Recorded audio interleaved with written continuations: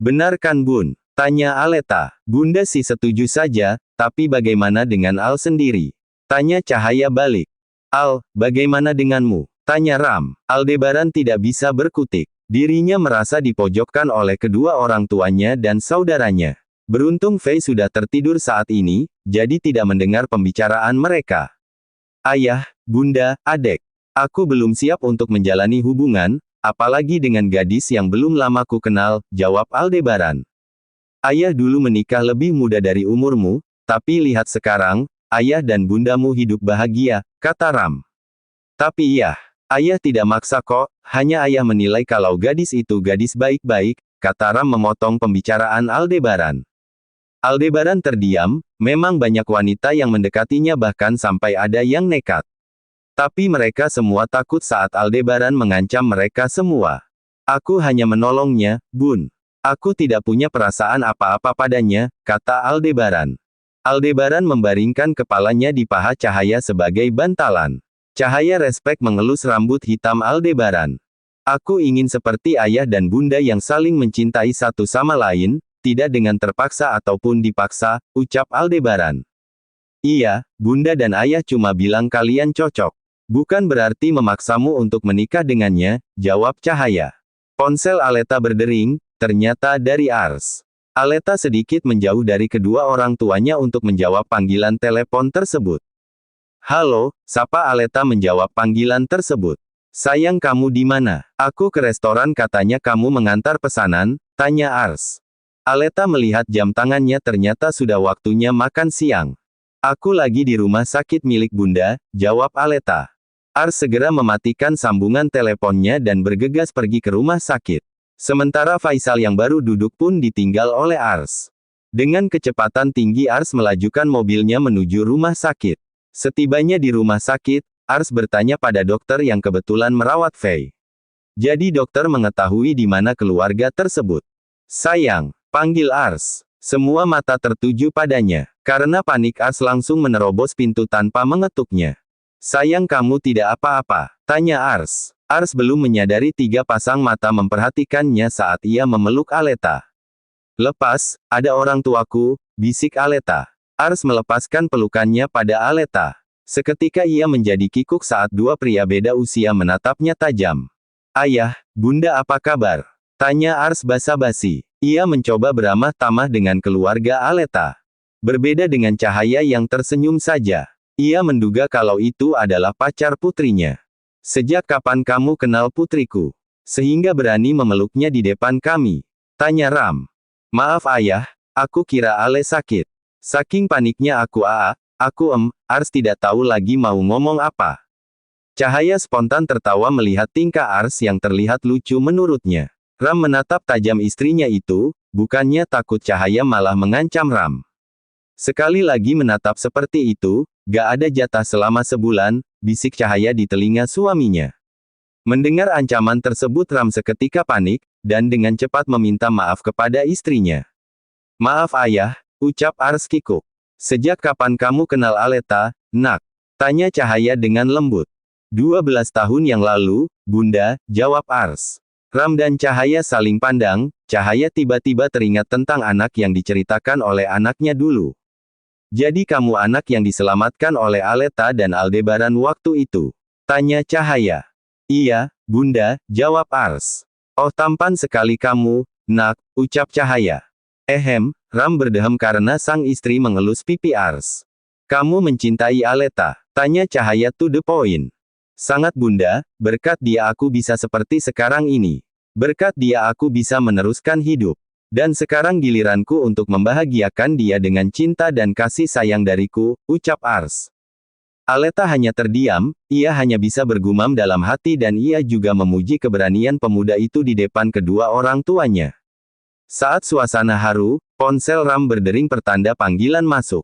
Ram melihat nama pemanggil yaitu Geral. Ya halo tuan, saya sudah berada di bandara. Di mana saya bisa menemui Anda? Tanya Geral dari seberang telepon. Tuan Geral tunggu saja di sana, saya akan menjemput Anda ke bandara, jawab Ram.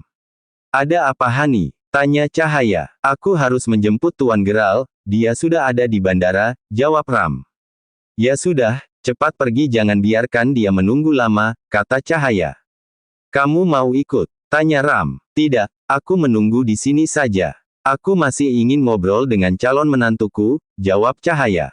Baiklah, aku pergi dulu, ucap Ram. Kemudian mengecup kening dan bibir istrinya. Ram tidak malu-malu memperlihatkan kemesraannya pada anak-anaknya di depan mata mereka. Karena mereka berharap suatu saat anaknya bisa mencontoh dan memperlakukan istri mereka dengan baik. Gak lihat tempat, gumam Aldebaran, tapi masih didengar oleh Ram dan yang lainnya. Makanya nikah biar gak iri, tuh sudah ada calonnya. Jodoh tidak akan kemana, sejauh apapun pasti akan dipertemukan, ucap Ram. Benar, ucap Ars menimpali. Ram pun akhirnya pergi menjemput Geral yang sudah tiba di negara ini. Geral tidak tahu kalau putrinya sedang dirawat di rumah sakit. Geral masih penasaran dengan apa yang ingin dibahas sehingga Ram menyuruh datang ke negara ini. Kamu sudah bangun sayang? Tanya Cahaya. Cahaya segera menghampiri Fei. Fei menelisik ke segala arah kemudian tersenyum manis kepada Cahaya. Maaf, kami terlalu berisik sehingga membuatmu terganggu, kata Cahaya. Tidak kok tante, jawab Fei. Panggil bunda ya, jangan panggil tante, kata Cahaya. Fei mengangguk, mukanya kembali berubah sendu. Jangan sedih, mulai sekarang kami adalah keluargamu, kata Cahaya yang mengerti perubahan wajah Fei. Dokter masuk untuk memeriksa Fei, Cahaya pun menyingkir dari situ dan kembali ke sofa. Keadaannya sudah membaik, mungkin besok sudah boleh pulang, kata dokter setelah selesai memeriksa Fei. Terima kasih dok, ucap Aleta. Sama-sama Nona, jawab dokter. Dokter tidak tahu kalau Aleta anak pemilik rumah sakit ini, yang ia tahu hanya Aldebaran. Tapi karena melihat Aleta berkumpul bersama keluarga itu, dokter pun memanggilnya Nona. Kalau begitu saya permisi Nyonya, ucap dokter itu. Ya, silahkan, jawab Cahaya. Tidak berapa lama Ram pun datang bersama dengan Geral. Geral yang belum menyadari kalau putrinya yang sedang berbaring di ranjang rumah sakit pun langsung menghampiri Aldebaran. Apa kabar, nak? Tanya Geral, kemudian ia memeluk Aldebaran. Sejak pertama kali ia melihat Aldebaran, Geral langsung suka dan ingin menjadikannya menantunya. Baik om, jawab Aldebaran. Panggil Dedi ya, pinta Geral. Aldebaran pun mengangguk, iya dat. Dedi. Geral menoleh ke arah suara yang memanggilnya. Ia sangat mengenal suara itu. Fei, kamu ada di sini? Tanya Geral. Tanpa menghiraukan apapun Geral langsung menghampiri putrinya dan memeluknya. Dedi, Fei hanya bisa menangis dalam dekapan Dedinya. Apa yang terjadi? Tanya Geral saat melihat keadaan putrinya itu, Fei menangis di pelukan sang Dedi. Selama ini Dedinya sangat sibuk bekerja sehingga kurang memperhatikan keadaan Fei. Bagaimana Fei diperlakukan pun Geral tidak tahu. Inilah yang ingin kami bahas, Tuan, kata Ram. Geral menoleh ke arah Ram, dan kemudian kembali melihat putrinya yang banyak bekas luka. Sebenarnya apa yang terjadi? Ulang Geral. Lebih baik duduk dulu dat, kata Aldebaran. Geral pun menurut saat Aldebaran menyuruhnya untuk duduk. Geral masih belum mengerti dengan permasalahannya. Oh ya, Geral pertama kali melihat Aldebaran saat Geral datang ke Indonesia untuk membahas kerjasama bersama Ram. Dan itu sudah sangat lama, yaitu 10 tahun yang lalu. Sejak Geral tahu kalau bocah kecil yang ia lihat adalah anak dari rekan bisnisnya, Geral pun berencana untuk menjodohkan mereka. Tapi Ram menolaknya dengan cara halus. Kembali ke topik. Aldebaran memperlihatkan bukti perlakuan Kimberly kepada Fei, dan bukti lain tentang pembunuhan berencana yang dilakukan Kimberly kepada istrinya. Geral mengepalkan tangannya kuat. Selama ini dia benar-benar merasa tertipu. Orang yang ia kira baik ternyata adalah seekor ular berbisa. Bagaimana Tuan Geral? Tanya Ram. Geral menatap Ram dan Aldebaran secara bergantian. Melihat tatapan itu, Ram pun faham. Tenang saja, masalah putrimu serahkan kepada kami sudah menganggapnya sebagai putri kami sendiri, kata Ram. Kemudian Fei menceritakan kejadian dari dia diculik dan disekap hingga dibawa ke negara ini. Geral semakin marah, apalagi dalangnya adalah istrinya sendiri yang sangat ia percayai untuk menjadi ibu sambung pada putrinya. Maafkan Dedi, karena Dedi kamu jadi menderita. Kalau saja dulu Dedi menuruti perkataanmu, mungkin semua ini tidak akan terjadi, ucap Geral sambil menangis. Ia sangat menyesali keputusannya untuk memperistri Kimberly. Padahal Fei sudah pernah bilang kalau Kimberly bukan orang baik. Tapi Gerald tidak percaya, karena Claudia terlihat begitu baik dan keibuan saat di depan Gerald. Gerald percaya karena Kimberly adalah teman baik istrinya. Gerald pikir kalau istrinya benar-benar kecelakaan. Ternyata itu hanya rekayasa dari Kimberly. Daddy tidak salah, tapi mereka yang salah, ucap Fei. Sudahlah, tidak perlu disesali. Sekarang yang terpenting, bagaimana caranya untuk menjebloskan wanita itu beserta anaknya ke penjara, ucap Ram. Soal itu biar menjadi urusanku, aku hanya perlu bukti tentang kejahatan mereka, jawab Gerald. Bagaimana, nak? Apa kamu mau menjadi menantuku? Tanya Gerald to the point. Fei sudah tertunduk, ia sangat malu saat dedinya membahas tentang masalah itu. Jangan terlalu terburu-buru Dad, aku juga masih sangat muda, Fei juga masih muda. Bisa saja ke depannya akan berubah seiring waktu, jawab Aldebaran. Kami tidak memaksa, tapi tidak ada salahnya melakukan pendekatan agar lebih mengenal satu sama lain, kata Ram bijak. Benar, tidak ada salahnya pendekatan terlebih dahulu, Gerald menimpali. Ars dan Aleta tidak mau ikut campur, keduanya hanya menjadi pendengar saja. Karena itu bukan urusan mereka. Mereka semua berkumpul di sofa, bahkan Fei juga ikut berkumpul dengan mereka. Pulang nanti aku urus wanita itu. Aku tidak menyangka ternyata aku memelihara ular di dalam rumahku, kata Gerald. Gerald akan menitipkan putri untuk tinggal sementara bersama dengan Ram. Tentu saja mereka sangat senang. Apalagi gadis itu gadis baik-baik. Bagaimana kalau tinggal di rumahku saja, kata Aleta buka suara. Boleh, sahut Aldebaran dengan cepat. Kalau tinggal di rumah bersama kami, jantungku tidak akan bisa aman, batin Aldebaran. Tinggal bersama kami saja, kata Cahaya menimpali. Bun, kenapa, mau dinikahkan? Tanya Cahaya pada putranya.